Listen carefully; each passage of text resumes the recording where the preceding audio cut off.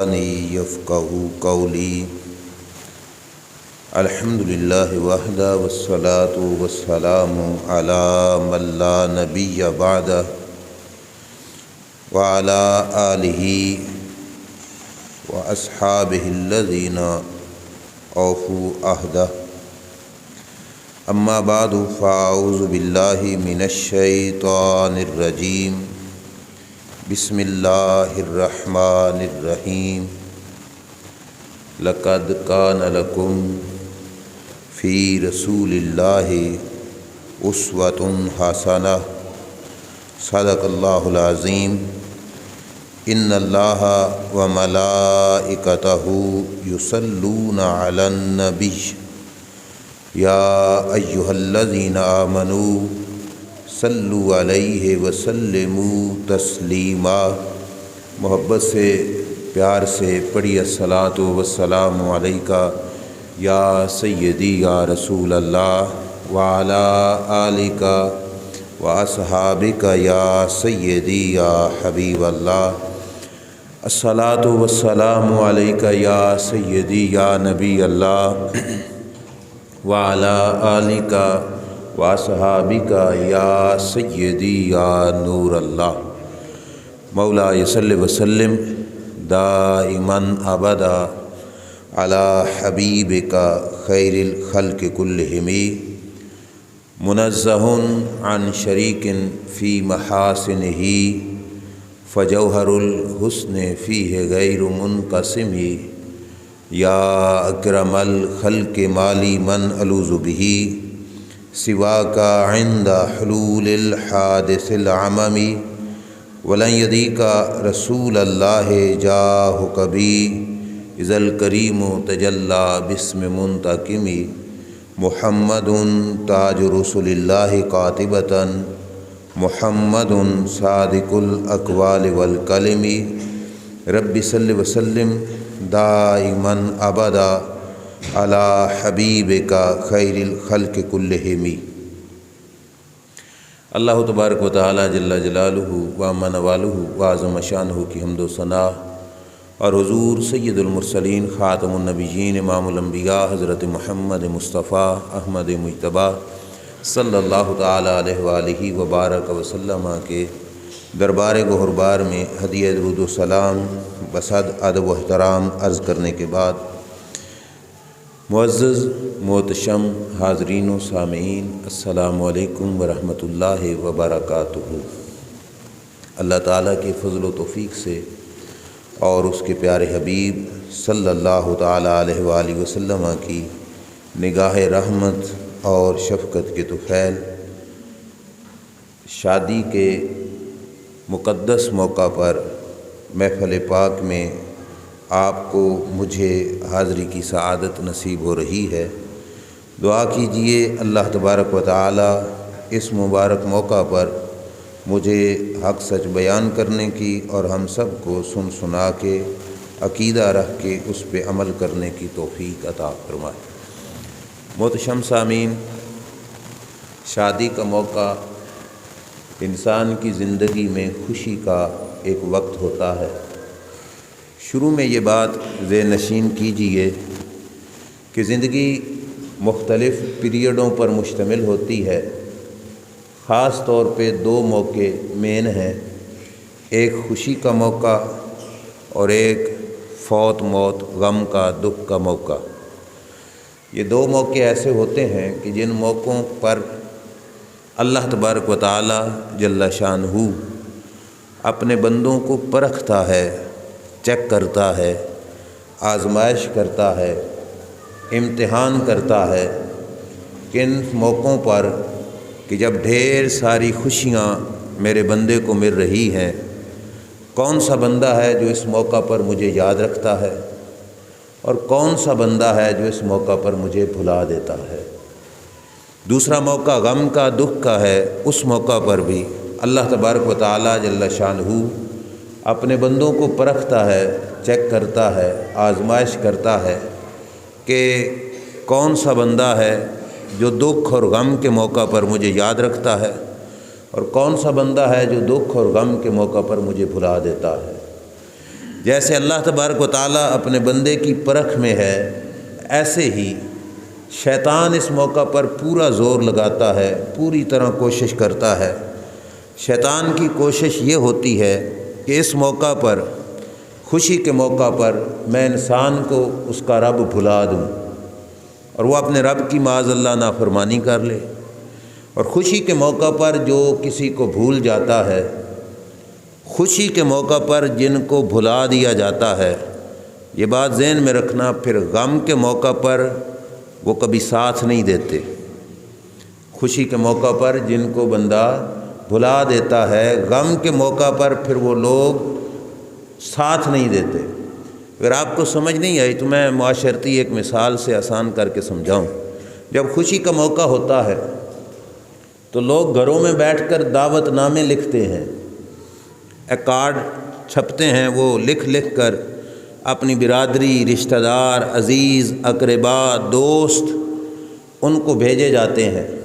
گھر کے چند وڈیرے مل کے بیٹھ جاتے ہیں، ایک دوسرے سے پوچھتے ہیں، ہاں تم بتاؤ کوئی رہ تو نہیں گیا، دوسرے سے پوچھتے ہیں تم بتاؤ کوئی رہ تو نہیں گیا۔ جس جس کو جو جو قریبی یاد آتا ہے اس کا نام لکھ دیا جاتا ہے اور ان کو بلایا جاتا ہے۔ خوشی کے موقع پر آپ کی خوشی میں وہی لوگ آئیں گے جن کو آپ خوشی کے موقع پر یاد کرو گے، اور ان کو دعوت نامہ جائے گا، ان کو بلایا جائے گا، وہ آپ کی خوشی میں شامل ہوں گے۔ ایسے ہی ہے نا۔ اگر خدا نخواستہ کسی پہ کوئی غم اور دکھ کا موقع آئے، کیا اس موقع پر بھی دعوتیں بھیجی جاتی ہیں؟ بولیے نا، دعوتیں بھیجی جاتی ہیں؟ نہیں۔ کارڈ بھیجے جاتے ہیں؟ نہیں۔ کسی کے گھر پیغام بھیجا جاتا ہے بھئی یار آ جاؤ ہمارے گھر فوتگی ہوئی ہے؟ نہیں۔ بلکہ کیا ہوتا ہے کہ جن کو خوشی کے موقع پر یاد کیا، جب غم اور دکھ کا موقع آیا وہ بن بلائے پہنچ آئے۔ انہوں نے یہی سمجھا کہ یار جب انہوں نے خوشی میں ہمیں نہیں بلایا تو ہم ان کو غم میں کیوں بلائیں۔ وہ بن بلائے آپ کے غم میں شریک ہو جائیں گے۔ اور اگر خوشی کے موقع پر کسی قریبی کو انسان بھلا بیٹھے، بھلا دے، نہ بلائے خوشی کے موقع پر، وہ غم میں بھی مشکل طور پر شریک ہوتا ہے۔ وہ یہی سمجھتا ہے یار جن لوگوں نے ہمیں خوشی میں یاد نہیں رکھا، ہم غم کے موقع پر ان کو کیسے یاد رکھیں؟ غم میں شریک نہیں ہوتے۔ معاشرتی یہ رواج ہے کہ نہیں؟ بولتے جائیے نا میرے ساتھ، میں نے مسئلہ سمجھانا ہے آپ کو۔ ایسا ہے کہ نہیں؟ اب آیا انسان کی زندگی میں خوشی کا موقع، شادی کی صورت میں۔ اب اس موقع پر انسان جہاں پر اپنے سارے قریبیوں کو یاد کرتا ہے، اپنے پیاروں کو یاد کرتا ہے، اپنے عزیزوں کو یاد کرتا ہے، اپنی محبت رکھنے والوں کو یاد کرتا ہے، اس موقع پر بندے کا حق بنتا ہے کہ اپنے مالک کو بھی یاد رکھے، اپنے بنانے والے خالق کو بھی یاد رکھے۔ کیوں کہ کل انسان کے ساتھ جب دکھ کا موقع بنے گا تو اس موقع پر یہ رب کو یاد کرے گا۔ جب دکھ کا موقع بنے گا تو کہنا نہیں پڑے گا، اللہ کی رحمت خود اس کے سر پہ برس پڑے گی، اللہ کی رحمت خود شامل حال ہو جائے گی۔ لوگ اس معاملے میں پریشان ہوتے ہیں، یار ہمارے اوپر دکھ آیا، یہ ہوا وہ ہوا۔ او بابا، دکھ کے موقع پر رب خود رحمت فرمائے گا اگر خوشی کے موقع پر تو رب کو یاد رکھے گا، رب کے رسول کو یاد رکھے گا۔ اور میں معذرت کے ساتھ عرض کر رہا ہوں، خوشی کے موقع ہر گھر میں بنتے رہتے ہیں۔ ہمارے ہاں بدقسمتی یہ ہے کہ خوشی کا وہ موقع جس موقع پر ہم ہر کسی کو یاد کرتے ہیں، افسوس ہم اس موقع پر حسین کے نانا کو بھول جاتے ہیں، سرکار مدینہ کو بھول جاتے ہیں، جن کے صدقے سے ہمیں خوشیاں نصیب ہو رہی ہیں۔ جی بھر کر اللہ رسول کی مخالفت کی جاتی ہے، شروع سے آخر تک، قدم قدم پر ہر رسم، ہر رواج، ہر انداز ہمارا شریعت کے خلاف ہوتا ہے۔ اس موقع پر اگر کوئی دیندار بندہ کہہ بھی دی بھائی یہ شرن جائز نہیں، تو لوگوں کی پتہ کیا آواز ہوتی ہے، اور چھاڑ مولوی چوپ رہے، زندگی میں خوشی کے موقع بار بار تو نہیں آتے، آج کرنے دو پھر دیکھا جائے گا۔ اور نہ یار، خوشی کا موقع جس نے دیا ہے اس دینے والے مالک کو بھی خوشی کے موقع پر بھول گیا؟ ہرگز نہیں، ہرگز نہیں۔ اگر خوشی کے موقع پر اپنے رب کو یاد نہ رکھا تو پھر یاد رکھنا جب دکھ آئے گا تو پھر رب کی رحمت بھی شامل حال نہیں ہوگی۔ اگر خوشی کے موقع پہ یاد رکھا تو دکھ آیا تو اللہ کی رحمت خود بخود شامل حال ہو جائے گی۔ اللہ خود کرم فرمائے گا اپنے بندے پر کہ یہ میرا بندہ ہے، اس نے خوشی میں بھی مجھے یاد رکھا، اب اس پہ مشکل بنی ہے میں اس کی مشکل کو حل فرما دیتا ہوں۔ اب میں آپ کو اس پہ ایک مثال دیتا ہوں۔ ایک شخصیت ہے، قرآن میں ان کا ذکر موجود ہے، جن کی عمر شریف بالکل بڑھاپے کی ہے، اولاد نہیں، اللہ نے کرم کیا، اللہ نے بڑھاپے کی عمر میں بچہ عطا فرمایا۔ توجہ ہے نا آپ کی؟ میں بتا رہا ہوں اس موقع پر کہ خوشی پر جب رب کو یاد رکھا جاتا ہے، پھر رب دکھ کے موقع پر بندے کو نیواں نہیں ہونے دیتا، بندے پہ کرم فرماتا ہے۔ مشکل کے وقت اللہ تعالیٰ بندے کو سہارا عطا فرماتا ہے۔ بڑھاپے کی عمر میں بچہ پیدا ہوا، خوشی کا موقع ہے کہ نہیں؟ پچھلی عمریں رب اولاد دے، خوشی کا موقع ہے، لیکن رب نے کیا فرمایا؟ فرمایا اپنے اس بچے کی ماں کو لو اور ایسی جگہ پہ چھوڑ کے آؤ جہاں پہ نہ کوئی آبادی ہو، نہ کوئی پانی ہو، نہ کوئی وسیبہ ہو، کوئی رہنے والا نہ ہو، ویران جگہ پہ چھوڑ کے اپنے بچے کو اور اس کی ماں کو آ جاؤ۔ اب بتاؤ کسی کا دل کرتا ہے ایسے کرنے کو؟ پچھلی عمریں بچہ ملے اور آرڈر آ جائے کہ اس کو ویرانے میں چھوڑ کے آ جاؤ، لیکن حکم کس کا تھا؟ اللہ کا۔ اللہ کے حکم کو خوشی کے موقع پر ترک نہیں کیا۔ اولاد جیسا نعمت ملی ہے، لیکن اس رب کے حکم کے سامنے اس اولاد جیسی نعمت کو بھی گھر سے نکال کر باہر جنگل بیابان میں اس کی ماں سمیت چھوڑ کے آئے۔ قدرت کا حکم تھا کہ چھوڑ کے آنا ہے اور پلٹ کے دیکھنا بھی نہیں ہے کہ تیرا بچہ کس حال میں ہے۔ چھوڑ کے آ گئے، رب سے یہ بھی نہیں پوچھا مولا ان کی روٹی پانی کا کیا بنے گا، بچے کے دودھ کا کیا بنے گا، رب کا آرڈر تھا، کر دیا بندہ ہونے کے ناطے۔ اب دیکھو پھر جس وقت وہ بچہ بڑا ہوا، چلنے پھرنے کے قابل ہوا، اللہ کریم نے قرآن میں اس کا ذکر کیا، فلما بالغ معہ السعی، جس وقت چلنے پھرنے کے قابل ہوا تو رب نے اس بوڑھے باپ سے کہا کہ اپنے اس بچے کو پکڑو اور اس کے گلے پر چھری پھیر دو، میرے نام پر کیا کر دو؟ ذبح کر دو۔ اس باپ نے پھر بھی اپنے رب کے حکم کے سامنے سر کو جھکایا، سر کو پھیرا نہیں، ہٹایا نہیں، سر کو جھکا کے کہا ٹھیک ہے مولا میں تیرے حکم کو پورا کروں گا۔ کچھ سمجھ آ گئی باپ کون تھا؟ بولیے، وہ ابراہیم علیہ السلام، اور بیٹا کون تھا؟ اسماعیل علیہ السلام۔ چلنے پھرنے کے قابل ہوئے، باپ جا کے بیٹے سے کہتے ہیں، فرماتے ہیں کہ بیٹے انی ارا فی المنام انی اذبحک فانظر ماذا تری، میں تجھے ذبح کر رہا ہوں، خواب دیکھا ہے، اب بتاؤ تیرا کیا ارادہ ہے۔ اس بیٹے نے اپنے باپ سے کیا کہا؟ یا ابت افعل ما تؤمر ستجدنی ان شاء اللہ من الصابرین، ابا جو رب کا حکم ہے کر دو، میں انشاءاللہ صبر کر کے دکھاؤں گا۔ میں آپ کے سامنے یہ بات رکھ کے اب آپ سے پوچھتا ہوں، خوشی میں انہوں نے رب کو نہیں بھلایا، جب اب غم کا دکھ کا موقع آیا، مشکل کا وقت آیا کہ بیٹے کے گلے پہ باپ چھری پھیرے، اور کون سا بیٹا ہے جو باپ کے اس حکم کے سامنے سر جھکائے؟ مشکل معاملہ تھا، لیکن میرے رب نے کیا ساتھ دیا، کتنا کرم کیا کہ وہ جوان سالہ بیٹا اپنے باپ کے حکم کے سامنے، رب کے آرڈر کے سامنے سر جھکا کے کہتا ہے ابا جی کر دو جو کرنا ہے، میں انشاءاللہ صبر کر کے دکھاؤں گا۔ کیا ثابت ہوا؟ کہ خوشیاں رب کے سپرد کر دو، ہمارے دکھوں کو اللہ اپنے ذمہ کرم پہ لے لے گا۔ یہ مبارک موقع خوشی کا، شادی کا، جس موقع پر لوگ ڈانس اور مجرے کا پروگرام کرتے ہیں، خوش نصیب ہیں وہ لوگ جنہوں نے اس موقع پر ذکر رسول صلی اللہ علیہ وسلم کی محفل کو سجایا ہے۔ یہ ہمارے لیے خوش قسمتی ہے، ایک نمونہ ہے کہ شادیاں ہر کوئی کر لیتا ہے، لیکن شادی کرنے کا وہ طریقہ جو رسول کریم صلی اللہ علیہ وسلم کی تابع داری میں ہو، اس کے اندر اللہ کریم جل شانہ نے فائدے بھی رکھے ہیں، آسانیاں بھی پیدا فرمائی ہے۔ میں نے آج کے ٹاپک میں آپ کے سامنے جو بیان کرنا ہے، قرآن مجید سے ایک شادی کا ذکر آپ کے سامنے بیان کرنا ہے۔ وہ شادی بھی دیکھ لینا اور پھر ہم اپنے گریبان میں بھی جھانک لیں کہ ہمارے معاملات کس طرح کے ہوتے ہیں، ہم کیا کرتے ہیں۔ اللہ کریم نے قرآن میں شادی کا ذکر فرمایا، ایک نبی کی شادی اور دو انشاءاللہ حضور کے صحابہ کی شادیاں، وہ بیان کروں گا۔ توجہ کیجئے، سورہ قصص ہے قرآن مجید کے اندر، اللہ کریم جل شانہ نے سورہ قصص کے اندر ایک شادی کا ذکر فرمایا۔ اللہ کے نبی ہیں حضرت موسیٰ علیہ السلام، کیا نام ہے؟ بڑے طاقتور تھے، جلالی پیغمبر تھے، بڑے زور آور تھے۔ راستے میں جا رہے تھے، مخالف پارٹی کا ایک بندہ، اس سے جھگڑا ہو گیا، حضرت موسیٰ علیہ السلام نے مارا مکہ، آپ کے مکہ سے اس کی جان چلی گئی، وہ مر گیا۔ اب جو دشمن تھے موسیٰ علیہ السلام کے، انہوں نے پلاننگ کر لی حضرت موسیٰ علیہ السلام کے بارے میں کہ ان کو شہید کرتے ہیں، ان کو جان سے مار ڈالتے ہیں۔ دشمن نے یہ پلاننگ کی۔ دشمن کی پلاننگ کی خبر موسیٰ علیہ السلام کے ایک دوست کو ہو گئی، جس کو پتہ چل گیا کہ دشمن موسیٰ علیہ السلام کو قتل کرنا چاہتے ہیں۔ قرآن بیان کرتا ہے جا رجل من اقصی المدینۃ یسعیٰ، ایک آدمی شہر کے کنارے سے دوڑ کر آیا موسیٰ علیہ السلام کے پاس، کیا کہتا ہے؟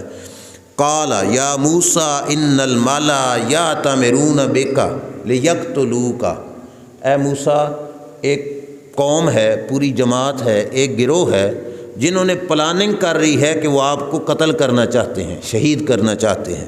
اور آگے آ کے کیا کہا؟ فخرج انی لک من الناصحین، موسیٰ میرا مشورہ ہے کہ یہ شہر چھوڑ جائیے، میں تیرا خیر خواہ ہوں کہ لوگ تیرے قتل کے در پہ ہیں، شہر سے نکل جائیے۔ اب ایک بات ذہن میں رکھنا، نبی کام وہی کرتا ہے جو اللہ کا اسے آرڈر ہوتا ہے۔ مشورہ دینے والے دوست نے کہا کہ شہر سے نکل جائیے، لیکن موسیٰ علیہ السلام کو اللہ کا جب حکم آیا کہ اے موسیٰ ٹھیک ہے تم شہر سے نکل جاؤ، تو موسیٰ علیہ السلام اللہ کے حکم سے اپنا شہر مصر چھوڑ کر چل پڑے۔ قرآن بتاتا ہے فخرج منہا خائفا، موسیٰ علیہ السلام خوف زدہ، کیونکہ جان کے پیاسے لوگ بن چکے ہیں، قتل کرنے کا ارادہ رکھتے ہیں۔ موسیٰ علیہ السلام چل پڑے۔ قال رب نجنی من القوم الظالمین، اللہ کی بارگاہ میں دعا کی، مولا ظالموں سے مجھے نجات دینا، بچا لینا، ظالموں کے شر سے مجھے نجات عطا فرما۔ موسیٰ علیہ السلام چل پڑے۔ اب موسیٰ علیہ السلام کدھر جانا چاہتے ہیں؟ ولما توجہ تلقاء مدین، موسیٰ علیہ السلام مدین کے شہر کی طرف جا رہے ہیں۔ توجہ سے سننا، یہ کہانی نہیں، یہ قرآن سے بیان کر رہا ہوں، یہ قصہ کہانی نہیں ہے، اللہ کے قرآن کے اندر بیان ہے۔ مدین کی طرف موسیٰ علیہ السلام نے منہ کر لیا اور کیا کہا؟ عسیٰ ربی ان یہدینی سواء السبیل، میرا رب مجھے سیدھا راستہ بتا دے گا۔ سڑکیں نہیں نہ ہوتی تھیں، نہ گاڑیاں ہوتی تھیں، نہ کوئی یہ تھا کہ کوئی بورڈ لگا ہوا ہو کہ فلاں شہر اس طرف ہے، اتنے میل رہ گیا، یہ بھی کوئی نہیں تھا۔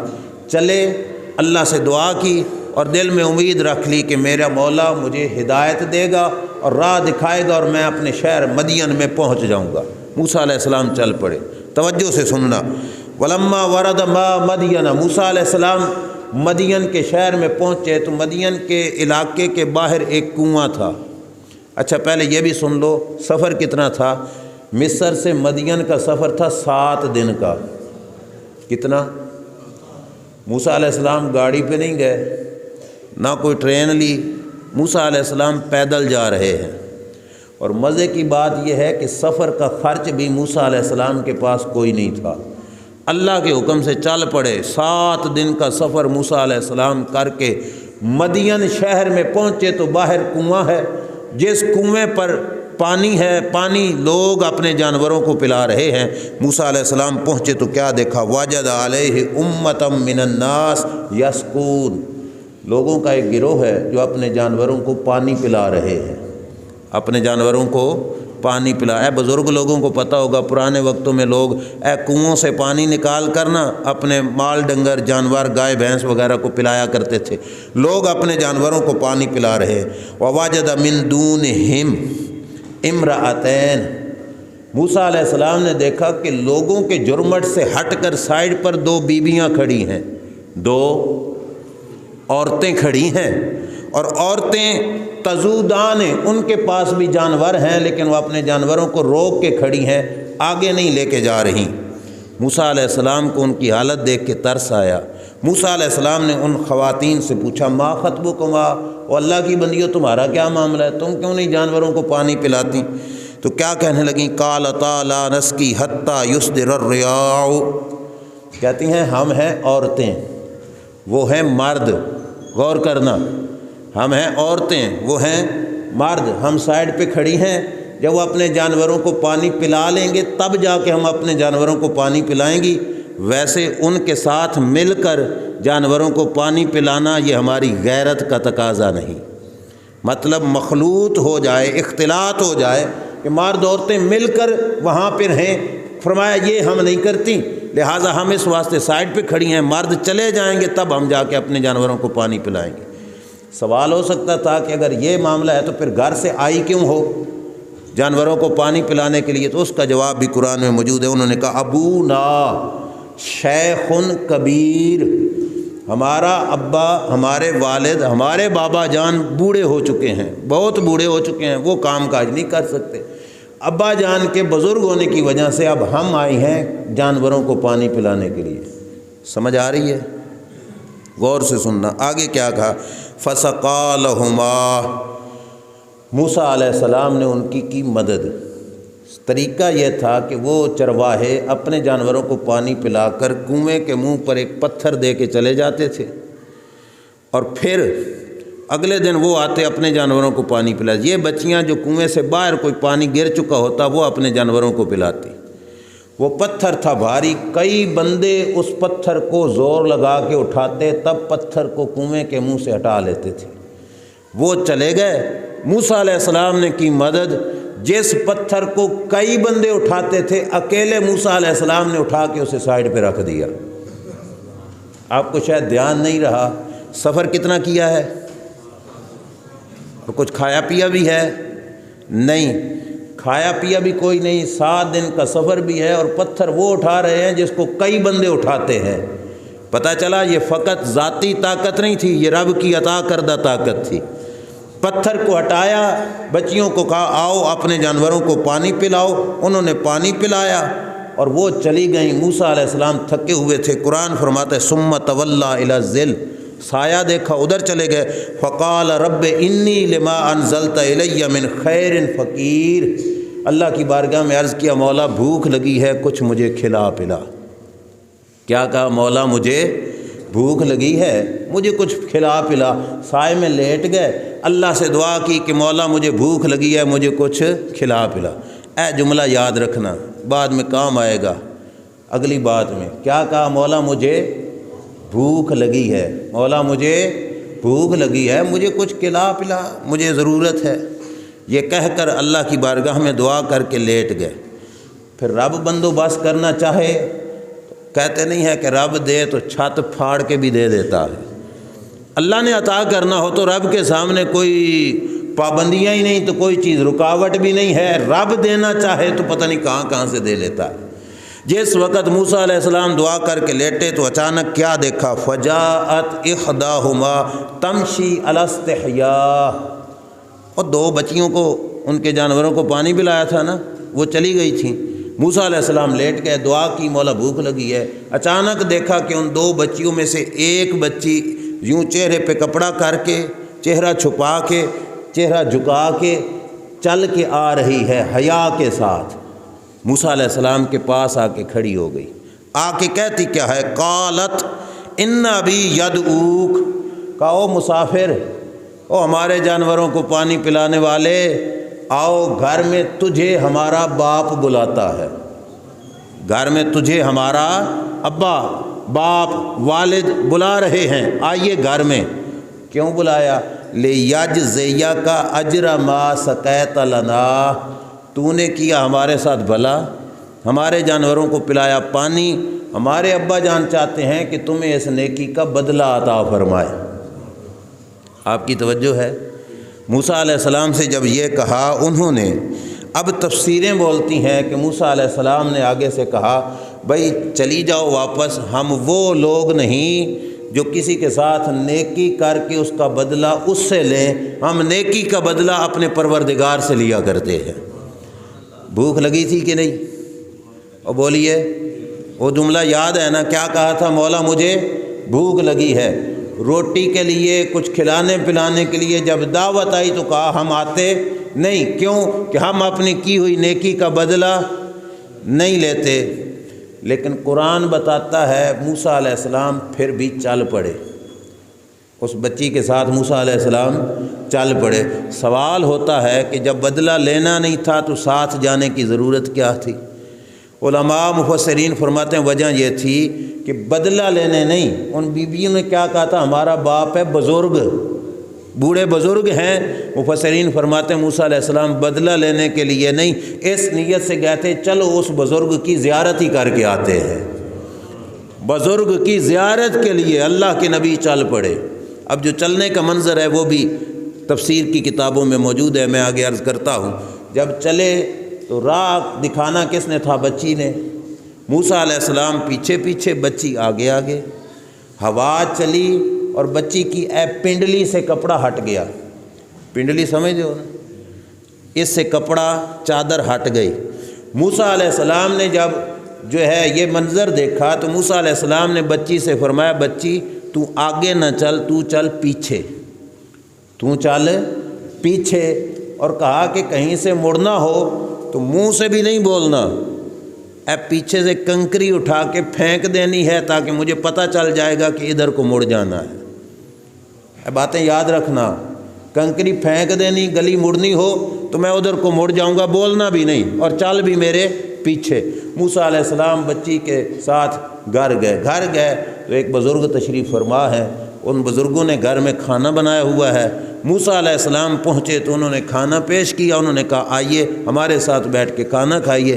موسیٰ علیہ السلام نے کہا ہم وہ نہیں جو کسی سے بھلا کر کے اس کا بدلہ ان سے لیں، ہم اپنی نیکیوں کے بدلے اپنے رب سے لیا کرتے ہیں۔ اور اس بزرگ نے پتہ کیا، انہوں نے کہا پھر ہم بھی وہ نہیں جو کسی کی نیکی اور اچھائی اور بھلائی کو جانے دیں، ہم بھی اپنے محسنوں کا شکریہ ضرور ادا کیا کرتے ہیں۔ تو نے ہم پہ احسان کیا، نیکی کی، تو ہم نے بھی تو شکریہ ادا کرنا ہے، لہٰذا آؤ ہمارے ساتھ کھانا کھاؤ۔ رب نے کھانا کھلایا کہ نہیں؟ کیسا بندوبست فرمایا؟ دعا کی موسیٰ علیہ السلام نے رب سے، اور رب نے کیسا بندوبست فرما دیا موسیٰ علیہ السلام کے لیے کھانے کا۔ موسیٰ علیہ السلام نے وہاں پہ کھانا کھایا۔ جب کھانا کھا رہے تھے، توجہ رکھنا، اور دو بچیاں جو جانوروں کا کام کرتی تھیں، چارہ ڈالنا، پانی پلانا مشکل کام ہوتا ہے، بچیوں کے ذمہ تھا۔ جب کھانا کھا رہے تھے موسیٰ علیہ السلام اور کھانا کھا چکے تو اس وقت موسیٰ علیہ السلام نے اپنا پچھلا قصہ اس بزرگ کو سنایا۔ پچھلا قصہ تمہیں یاد ہے نا؟ کیا تھا بھلا؟ کہ او لوگ حضرت موسیٰ کے قتل کے درپے تھے اور لوگ آپ کو شہید کرنا چاہتے تھے اور آپ کے پیچھے لگے ہوئے تھے۔ یہ ساری باتیں موسیٰ علیہ السلام نے بتا دیں کہ میرے پیچھے میرے دشمن لگے ہوئے ہیں جو مجھے قتل کرنا چاہتے ہیں۔ باتیں ساری ذہن میں رکھنا، کیونکہ نتیجے کے وقت ساری باتیں ذہن میں ہوں گی تو فائدہ ہوگا۔ موسیٰ علیہ السلام نے سارا قصہ بھی بتا دیا۔ جب موسیٰ علیہ السلام بیٹھے تھے کھانا کھا چکے تو بچیوں میں سے ایک بچی نے اپنے باپ سے کہا قالت احداہما یا ابت استاجرہ ان خیر من استاجرت القوی الامین، ابا اسے گھر کے مزدور بنا لیتے ہیں، ابا جان اس جوان کو اپنے گھر میں مزدوری پہ رکھ لیتے ہیں۔ کیوں؟ کہا مزدور کی دو صفتیں ہوں تو وہ کام کا ہوتا ہے، ایک ہے کہ وہ امانت دار ہو، دوسرا ہے کہ طاقتور ہو۔ ابا جان یہ جوان امانت دار بھی ہے، طاقتور بھی ہے، لہذا اسے اپنے گھر کے کام کاج کے لیے اجرت پہ رکھ لو۔ آپ کی توجہ ہے؟ اگر آپ بات صحیح سن رہے ہیں تو میرے سوال کا جواب دینا، بچی کو کیسے پتہ چلا کہ یہ جوان طاقتور ہے؟ اور پتھر اٹھا کے رکھا، ٹھیک ہے۔ امانت داری کا پتہ کیسے چل گیا تھا؟ امانت داری کا پتہ چلا تھا کہ وہ آگے چل رہی تھی، پنڈلی سے کپڑا ہٹا اور اس جوان نے کہا کہ تو چل پیچھے تاکہ میری نگاہ غلطی سے بھی تجھ پہ نہ پڑے۔ یہ تھی امانت داری۔ صرف دو صفتیں بچی نے باپ سے بیان کی، کہا ابا جان یہ جوان طاقتور بھی ہے، دیانتدار بھی ہے، حیا رکھنے والا ہے، شرم رکھنے والا ہے، لہٰذا اسے گھر کا اجیر بنائیے، مزدور کام کے لیے رکھ لیجئے، اس کو اجرت دیتے رہیے اور یہ کام کرتا رہے گا۔ یہ تھا فیصلہ بچی کا۔ جو فیصلہ تھا باپ کا وہ کیا ہے؟ قرآن کی اگلی آیت بتاتی ہے۔ اب وہ باپ سارا کچھ سن چکا تھا کہ یہ بندہ کون ہے، او پیچھے سے اس کے ہاتھ سے بندہ مارا گیا اور لوگ اس کے قتل کے درپے ہیں، اور معاشی دولت کے حوالے سے حال یہ ہے کہ 7 دن کا سفر بغیر سواری کے کیا پاس روٹی پانی بھی کوئی نہیں، بھوکے کو کھانا بھی خود کھلا رہے ہیں۔ نتیجہ باپ نے جو نکالا وہ کیا تھا؟ اس جگہ پر موسیٰ علیہ السلام سے وہ بزرگ کہنے لگے قال انی ارید ان انکحک احدی ابنتی، کہا اوے جوان، میرا ارادہ ہے کہ میں ان 2 بچیوں میں سے ایک بچی کا رشتہ تجھے عطا فرما دوں۔ آپ کی توجہ ہے؟ بچی والوں سے بچے والے رشتہ مانگنے جاتے ہیں؟ کبھی ایسا بھی ہوا کہ بچی والوں نے خود کہا ہو کہ ہم رشتہ دیتے ہیں؟ لوگ اس میں آر محسوس کرتے ہیں، شرم محسوس کرتے ہیں، لیکن قرآن بتاتا ہے اس بزرگ، اب میں بزرگ کا نام بھی بتا دیتا ہوں تاکہ پتہ چل جائے کہ اس کی زبان کوئی کمزور زبان نہیں بول رہی تھی۔ وہ بزرگ تھے اللہ کے نبی، اللہ کے نام تھا حضرت شعیب علیہ السلام۔ کون تھے؟ حضرت شعیب علیہ السلام۔ اور فیصلہ کیا کیا کہ جس بندے کے پیچھے خون کے پیاسے دشمن لگے ہوئے ہیں، جس بندے کے پیچھے اپنی روٹی کے لیے کوئی بندوبست نہیں ہے، جو بندہ بغیر مال دولت کے، جس کے پاس رہنے کا گھر نہیں ہے، لیکن سب کچھ کے باوجود اس بزرگ کا فیصلہ تھا کہ اے جوان، میں تجھے اپنی ایک بچی کا رشتہ عطا فرماتا ہوں۔ میں پوچھتا ہوں کیا دیکھا تھا؟ فقط ایک چیز، ہے جوان لیکن رب نے اس کی آنکھ میں حیا رکھا ہے، غیرت مند جوان ہے، بے حیا نہیں، بے شرم نہیں، اس کی آنکھوں میں حیا ہے۔ اس حیا کو دیکھا تو آج بچی والے نے خود بچے کو اپنی بچی کا رشتہ عطا فرما دیا۔ اب موسیٰ علیہ السلام کے پاس مہر کے لیے تو اجرت تھی کوئی نہیں، حق مہر کیا دیتے؟ تو وہ فیصلہ بھی وہ بابا جان نے خود کر دیا۔ انہوں نے کہا ایک بچی کا رشتہ تجھے دیتا ہوں، لیکن کرنا کیا ہے؟ الا انتا جرنی سمان یا حجج، 8 سال میری بکریاں چرانی پڑیں گی، 8 سال میری بکریاں چرانی پڑیں گی۔ فین اتممت عشرا فمن عندک، یہ 8 کی بجائے 10 کر لے تو وہ تیری مرضی، اچھی بات ہے، لیکن میری طرف سے حکم ہے، میری طرف سے یہ ہے کہ 8 سال تک میری بکریاں چرانی ہیں۔ اب موسیٰ علیہ السلام جیسی ہستی نے بھی 8 سال بکریاں چرانی منظور کر لیں، کیوں؟ بچی بھی تو کوئی عام نہیں نہ تھی، رشتہ کس کا تھا؟ اللہ کے نبی کی بیٹی کا تھا۔ دینے والے نے کمال کیا تو لینے والے نے بھی 8 سال بکریاں چرانا گوارا کر لیں، کیوں؟ کیونکہ بچی غیرت مند ہے، کہ وہ بچی حیا والی ہے کہ مردوں کے ساتھ مل کر وہ جانوروں کو پانی پلانا بھی گوارا نہیں کرتی تھی۔ موسیٰ علیہ السلام نے کہا ٹھیک ہے، میں یہ خدمت کروں گا اور اس کے بدلے میں اس حکمار میں مجھے بچی کا رشتہ دے دینا۔ اللہ کے نبی موسیٰ علیہ السلام کو شعیب علیہ السلام نے اپنی بچی کا رشتہ دیا۔ کتنا کچھ مال و دولت دیکھی، کیا پراپرٹی دیکھی، کیا کاروبار دیکھا؟ کچھ بھی نہیں، صرف حیا دیکھا، اور حیا دیکھ کر اپنی بچی کا رشتہ دے دیا۔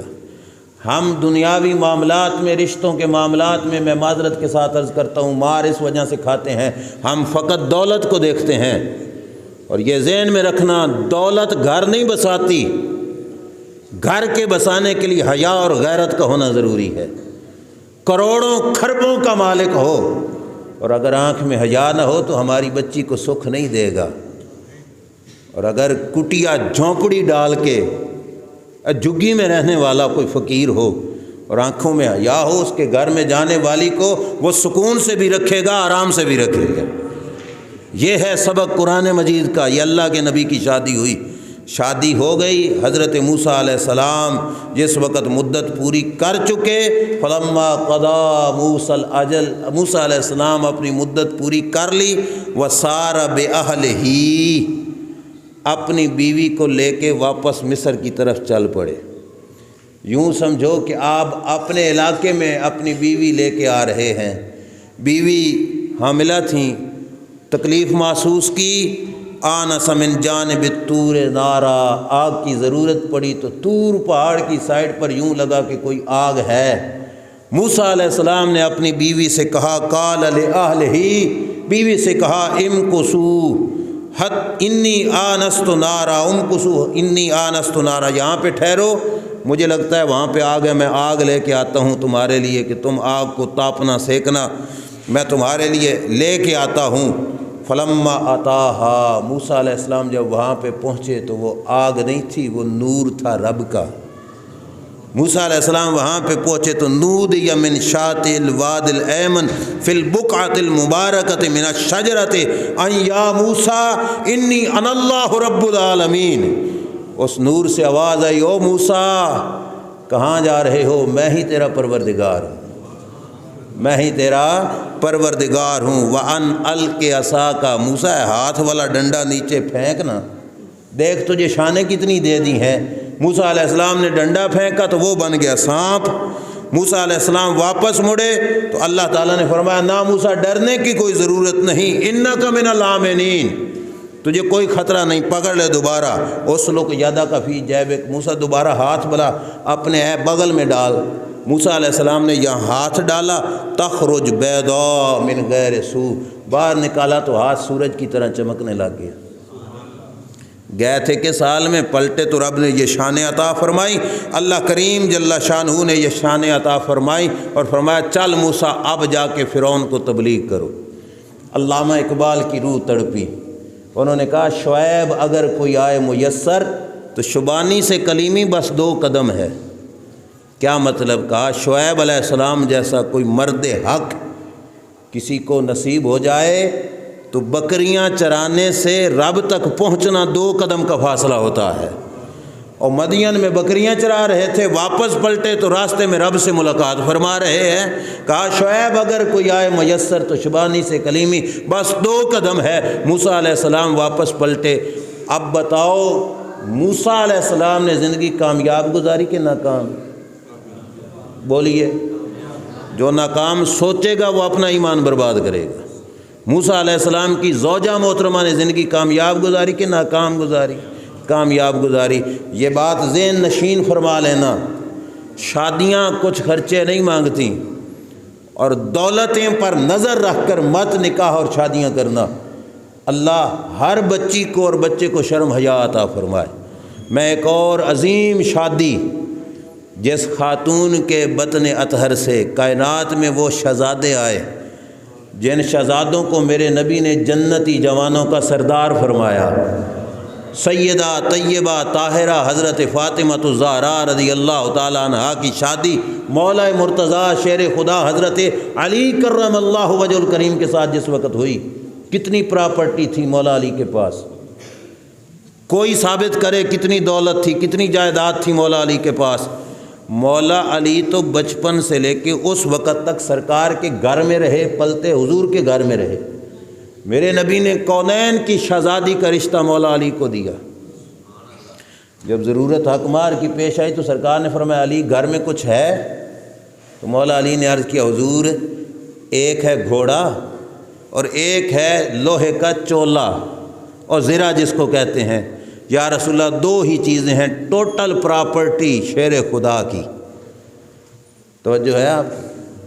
میرے نبی نے یہ نہیں کہا چل علی پھر رشتہ کینسل، تیرے پاس تو دولت ہی نہیں ہے، تو ٹوٹل ایک گھوڑے اور ایک زرہ کا مالک ہے، تجھے کونین کی شہزادی کا رشتہ میں ویسے دے دوں؟ نہ، سرکار بتا کے گئے اپنی امت کو کہ علی جیسا حیادار جوان مل جائے تو پھر دولت پہ نگاہ نہ رکھنا، کونین کی شہزادی جیسی شہزادی بھی ہو وہ بھی رشتے میں دے دینا، اللہ ان کے بطن سے جنت کے سردار پیدا فرمائے گا۔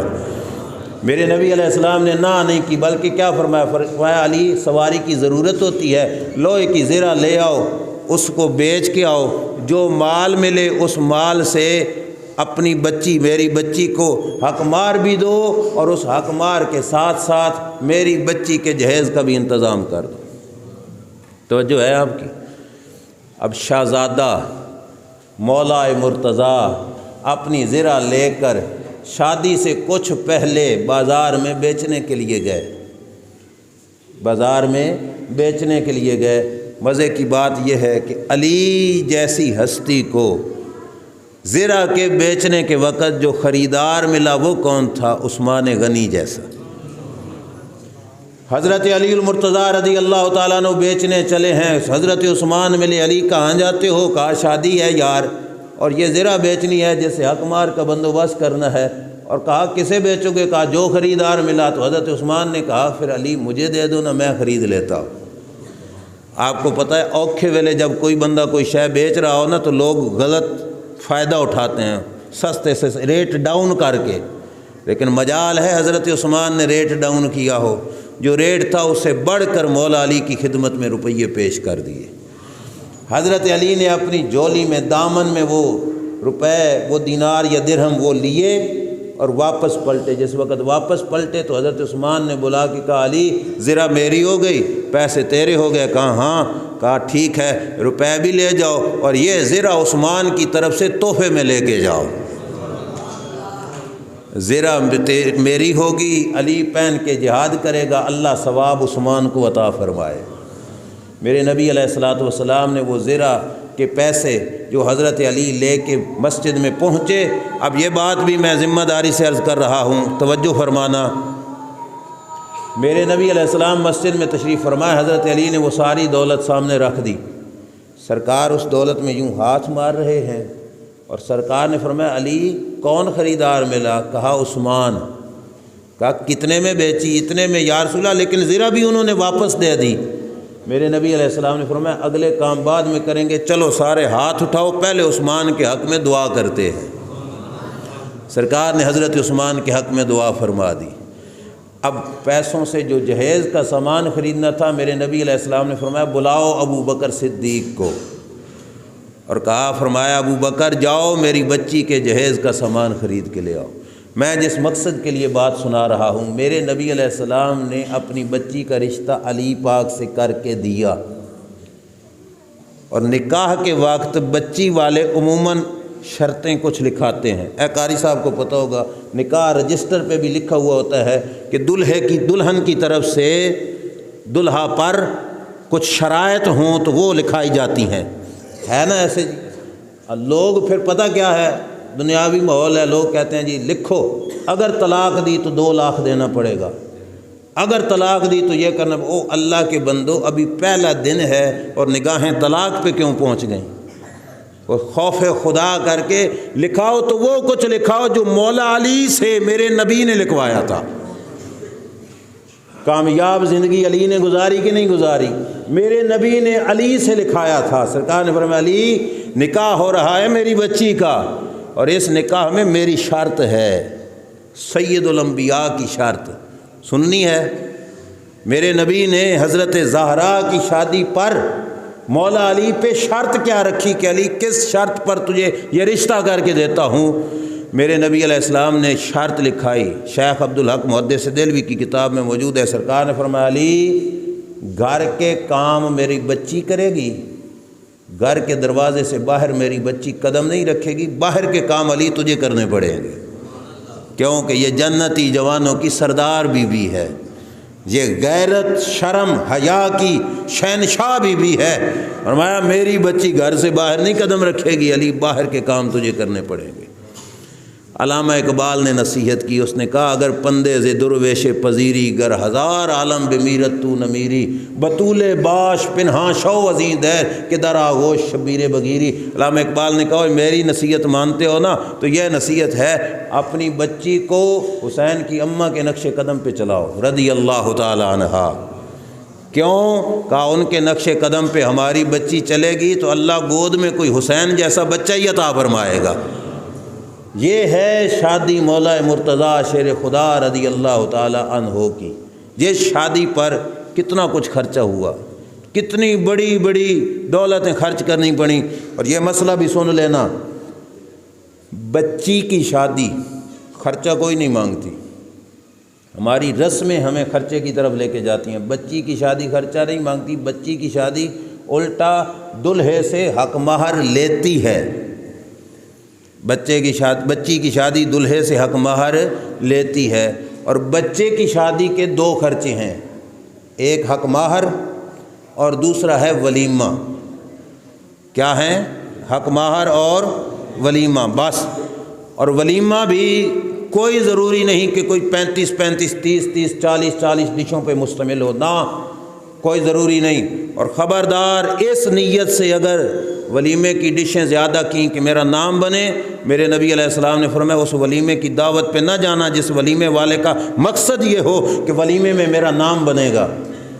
اور میں دوسروں سے بڑھ کر کروں نہ، سرکار دو عالم نے بھی شادیاں کیں، میرے نبی کے ولیمے کس قدر سادہ تھے۔ اب مجھے بتاؤ وہ چاہتے تو جنت سے روٹیاں نہ آتی؟ بولو، سرکار چاہتے تو دیگیں پک پک کے جنت سے نہ آ جاتی؟ سرکار نے فقط کھجوروں کا حلوہ بنا کر ولیمے میں کیوں پیش کیا؟ ہم غریبوں کا دھیان رکھنے کے لیے، کہ میری امت کا کوئی غریب اس مصیبت میں کہیں مارا نہ جائے کہ میرے پاس ولیمے کا خرچہ نہیں تو میں بچے کی بیاہ کیسے کروں۔ سرکار چاہتے تو سیدہ کونین حضرت فاطمہ زہرا کے لیے جنت کے خزانوں سے زیورات نہ بن کے آ جاتے؟ بولو یار، آ جاتے کہ نہ آ جاتے؟ لیکن میرے نبی علیہ السلام نے کیوں سادہ جہیز دیا؟ فقط اس خاطر کہ میری امت کے کسی غریب کے گھر میں اس کی جوان بچی باپ کے دروازے پہ کہیں بوڑھی نہ ہو جائے، اور باپ اس مصیبت کے مارے کہ میرے پاس جہیز کا خرچہ نہیں، بچی بیاہ کر نہ دے۔ فرمایا اب نہیں، اللہ کے رسول نے اپنے جگر کا ٹکڑا حسنین کریمین کی اماں جان، کونین کی بیویوں کی سردار بیوی، اور تھوڑے سے جہیز میں رخصت فرما دیا، اور دھیان کس کا کیا؟ ہم غریبوں کا۔ اور ہم بجائے ان کے نقش قدم پہ چلنے ہوئے ہم نے کسی اور کو آئیڈیل بنایا ہے۔ ہرگز نہیں، ہمارا آئیڈیل، ہمارے لیے رہنما ہیں تو سید المرسلین صلی اللہ تعالیٰ علیہ وآلہ وسلم ہے۔ میں کسی پہ طنز نہیں کر رہا، یہ بھی نہ سمجھنا غلط، جس کو رب نے دیا نیک نیتی کے ساتھ اچھا ولیمہ کرے، اس میں حرج نہیں، لیکن بطور فخر کسی پر برتری کے لیے ایسا نہ کرے کہ فلاں نے ایسا کیا تو میں اس سے بڑھ کر کروں، نہ، جتنی توفیق رب نے دی ہے اس کے حساب سے کرے۔ اور پھر دیکھنا، یہاں پہ یہ بات بھی سمجھنا، حضرت حکیم الامت مفتی احمد یار خان نعیمی رحمۃ اللہ تعالی علیہ، گجرات والے بابا جان، انہوں نے اپنی کتاب کے اندر یہ بات لکھی۔ وہ کہتے ہیں یار میں سوچتا ہوں، توجہ رکھنا، وہ کہتے ہیں میں سوچتا ہوں ولیمے کے ساتھ ساتھ ڈشیں کھا کر جب لوگ پلٹتے ہیں تو عیب نکالتے جاتے ہیں، کوئی کہتا ہے کھانا ایسا تھا، کوئی کہتا ہے ایسا تھا، کوئی کہتا ہے ایسا تھا، انجے ہے کہ نہیں؟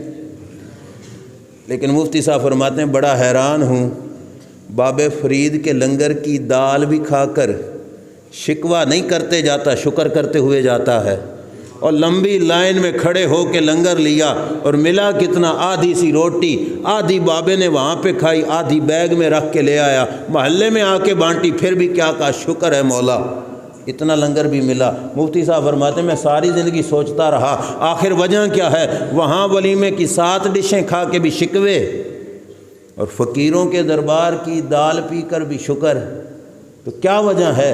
فرماتے ہیں نتیجہ جو نکلا وہ یہ تھا کہ جس نے جو کھانا جس کی خاطر بنایا رب نے اسی کے سپرد کر دیا۔ اگر نہ سمجھ آئے تو یوں بتاتا ہوں، ولیمے پہ بنایا گیا تھا لوگوں میں ناک رکھنے کے لیے، نام بنانے کے لیے، رب نے کہا چلو لوگوں کے سپرد، لوگ عزت دے سکتے ہیں؟ وَتُعِزُّ مَن تَشَاءُ وَتُذِلُّ مَن تَشَاءُ، رب عزتیں دیتا ہے۔ رب کہتا ہے ٹھیک ہے لے لے، پھر لوگوں سے عزت نہیں ملتی، فقیروں کے درباروں پہ ملتا ہے، بنتا ہے فقط رب کی رضا کی خاطر، نام نمود کی خاطر نہیں بنتا، فقط رب کی رضا کی خاطر بنتا ہے، اور جو رب کی رضا کی خاطر بنتا ہے رب کے دربار میں تھوڑے سے بھی کی بڑی قدر ہے۔ پھر اللہ جس کو اپنے لیے قبول کر لیتا ہے اس پانی سے بھری ہوئی دال کے اندر بھی رب ذوالجلال برکتیں فرما دیتا۔ لہٰذا میں جو باتیں عرض کر رہا ہوں بڑی اوکھی ہیں، سننی بھی ہضم کرنی بھی، لیکن یہ بات ذہن میں رکھنا بس پہلا قدم اٹھانا اوکھا ہوتا ہے، بعد میں کوئی اوکھ نہیں ہوتی۔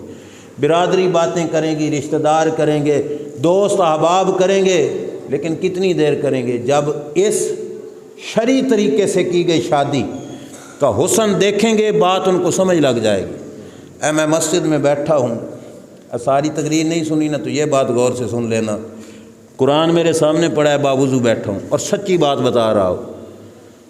ہمارے خوشاب کے علاقے میں ایک جگہ ہے چوہا شریف، وہاں پہ ایک عالم دین تھے، لاہور سے انہوں نے پڑھا، ان کی شادی کا موقع آیا تو انہوں نے شادی پر، بیاہ پر محفل کا پروگرام رکھا، محفل کرائی۔ وہ علاقہ تھا جس علاقے میں اگر بچے کے ختنے کیے جاتے تو وہاں سے قریب ہے عطا اللہ عیسیٰ کھیلوی، اس کو بلایا جاتا تھا۔ 40 لاکھ روپیہ اس پہ اڑایا جاتا تھا، اس علاقے کی بات ہے۔ شادی ہوتی تو لوگ مقابلے میں کہ فلاں برادری نے اس کو بلا کر 40 لاکھ اڑایا تھا، ہم 50 لاکھ اڑائیں گے، 60 لاکھ اڑائیں گے۔ یہ پہلے وقتوں کی بات ہے، 2002 سے کے دنوں کی۔ اب تو اور زیادہ مہنگائی ہو گئی، اتنے پیسے وہ گویے پہ اڑا دیتے تھے۔ اس جوان نے اپنی شادی پر محفل رکھ دی، مولانا انور قریشی صاحب پنڈ دادن خان والے، اور مجھے محفل پہ بیان کے لیے بلایا۔ اس جوان کا سکا ماموں، اس نے کہا پتر تو تے ساڑی نک واڑ دیتی، میں تیری شادی تے نہیں آنا۔ کیوں؟ وہ کئی لوگ کہیں گے کہ ان کے پاس روپیہ نہیں کہ انہوں نے شادی پر بھی محفل رکھ دی۔ یہ کلوں کا پروگرام ہے، یہ شادی ہے۔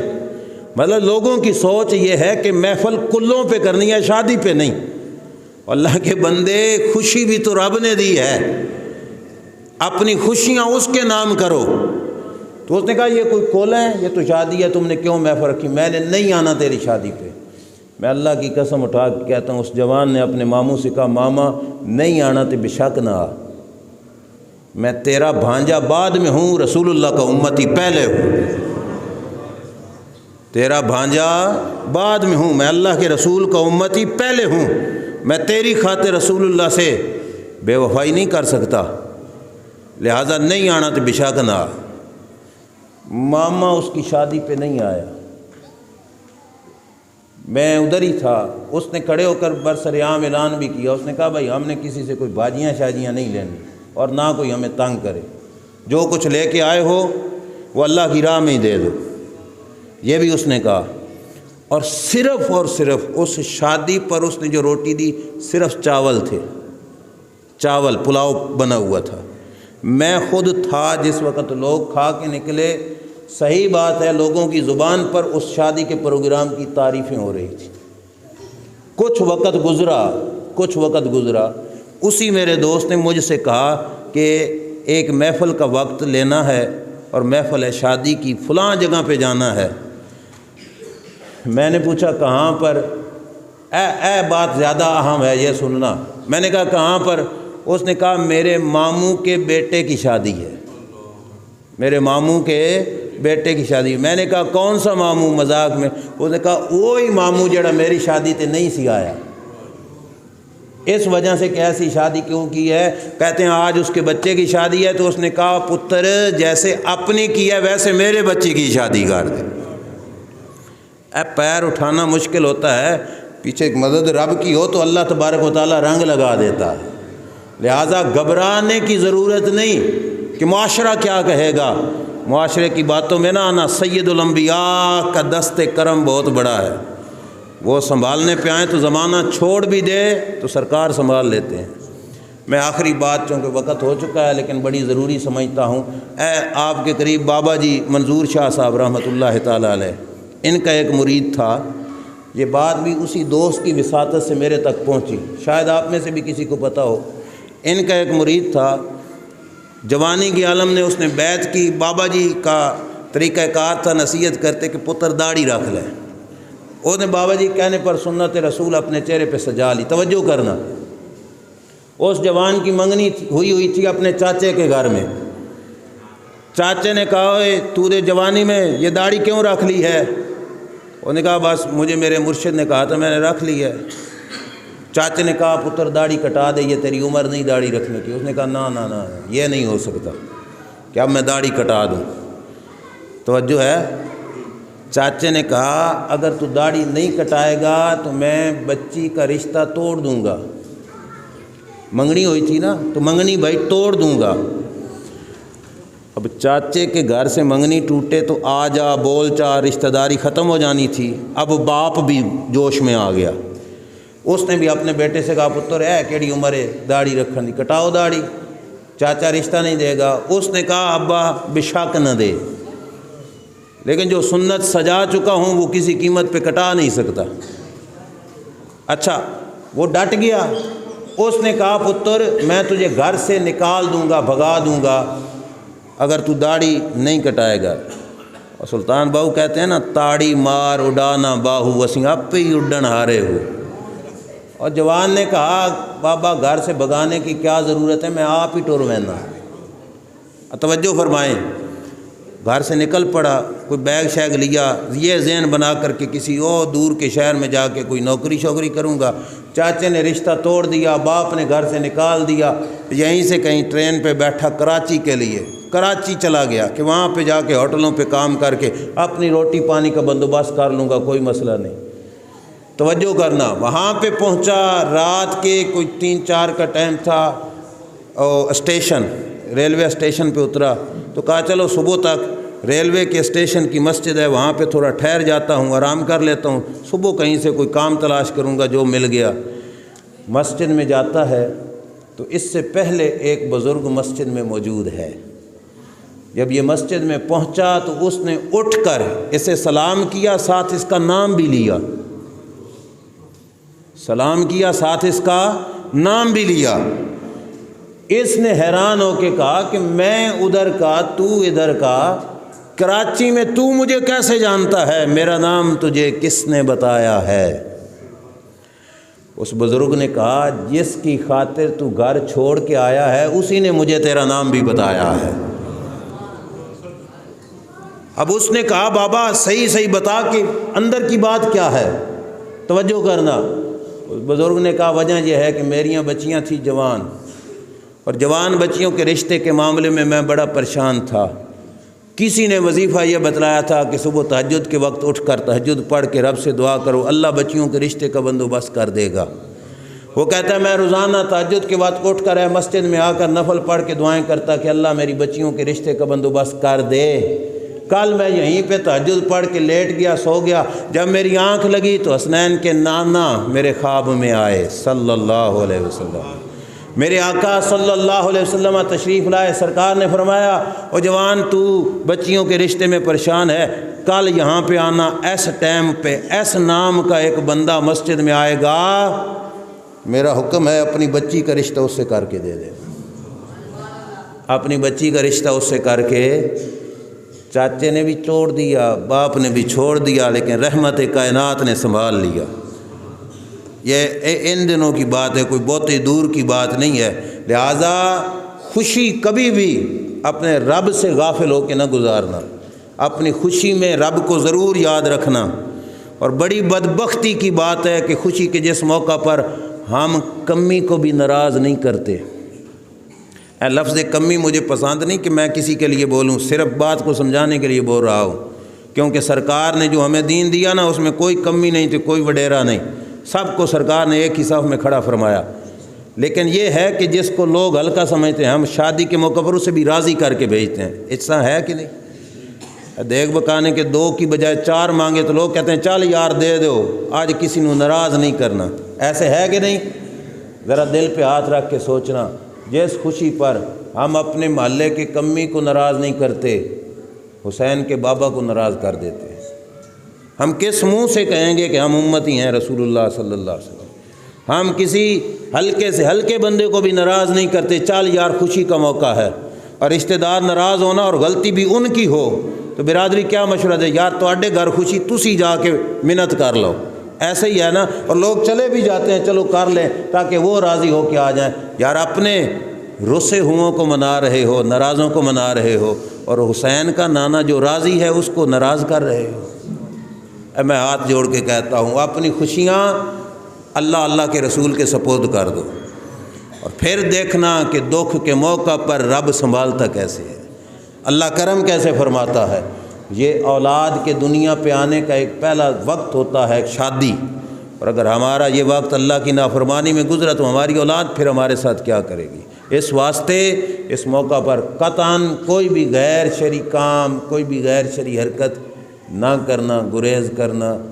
افسوس یہ ہے 7 10 دن پہلے گھروں میں بیویاں بیٹھ جاتی ہیں طبلے کھڑکاتی ہوئے، گانے پڑھے جا رہے ہیں۔ کون پڑھ رہی ہے؟ وہ خاتون جس کو شریعت نے اذان نہیں پڑھنے دی۔ عورت کی اذان ہے بھلا؟ عورت اذان پڑھ سکتی ہے؟ حج پہ جاتے ہیں، ہمیں حکم ہے لبیک اللہم لبیک اونچی آواز میں پڑھو، عورت کے لیے نہیں، اونچی آواز میں نہ پڑھے۔ جس کی عورت کی آواز کو رب نے اتنا محفوظ رکھا کہ اسے اذان نہیں پڑھنے دی، وہ 7 دن بیٹھ کر وہاں پہ گانے گا رہی ہے۔ جماعت عورتوں کے اندر کھڑے ہو کر، وہ بھی اگلی لائن میں نہیں کھڑی ہوگی، عورتوں کی صف میں ہی کھڑے ہو کے کرائے گی۔ یہاں جو ممبر ہے اس پہ بیٹھ کے وہ نہ نہ نہ نہ نہ نہ نہ لائن میں کھڑے ہو کر۔ میں مسئلہ بتا رہا ہوں کہ اس انداز میں اتنا شریعت نے محفوظ رکھا۔ جب شریعت نے اتنی حفاظت کی، وہ مائیں بہنیں اس شادی کے موقع پر ایسا کریں تو برکت نہیں، بے برکتی ہوگی۔ لہٰذا قرآن مجید سے اور 2 شادیاں میں نے حدیث پاک سے آپ کے سامنے عرض کر دی ہیں۔ اللہ تعالی ہمیں نبیوں جیسی اور صحابہ کے طریقے پہ